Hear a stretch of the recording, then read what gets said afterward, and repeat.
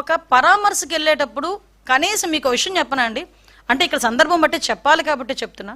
లోకేష్ బాబు గారు ఆయన రాజకీయంలోకి వచ్చి ఎన్ని సంవత్సరాలు మీకు తెలుసు. ఏదైనా పరామర్శకి వెళ్ళినప్పుడు ఎవరైనా వచ్చి సెల్ఫీ అడిగితే ఏమంటారో తెలుసా ఆయన?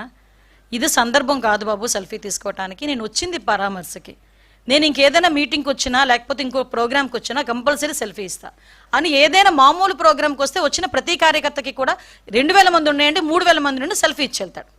అది లోకేష్ గారి తాలూకా రాజకీయ పరిణితి. అది ఇతగాడు ఈరోజు రాజకీయంలో కొత్తగా వచ్చిన వ్యక్తి కాదు కదా. వాళ్ళ నాన్నగారు ఉన్నప్పటి నుంచి కూడా రాజకీయాల్లో ఉన్నాడు ఆయన.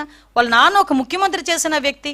ఈయన రాజకీయాల్లోకి వచ్చి ఇంచుమించు 15 సంవత్సరాల పైన 20 సంవత్సరాల పైన అయింది.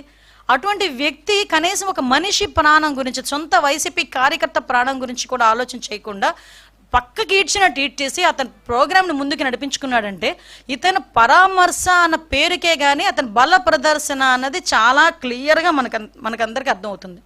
మాట్లాడితే నాకు భద్రత లేదు అని మాట్లాడతారు. మేము ఎంత క్లియర్గా Z+ సెక్యూరిటీ అనే పర్సన్కి ఎంత భద్రత ఇవ్వాలో అంత భద్రత కూడా పోలీస్ డిపార్ట్మెంట్ వాళ్ళు ఇస్తున్నారు.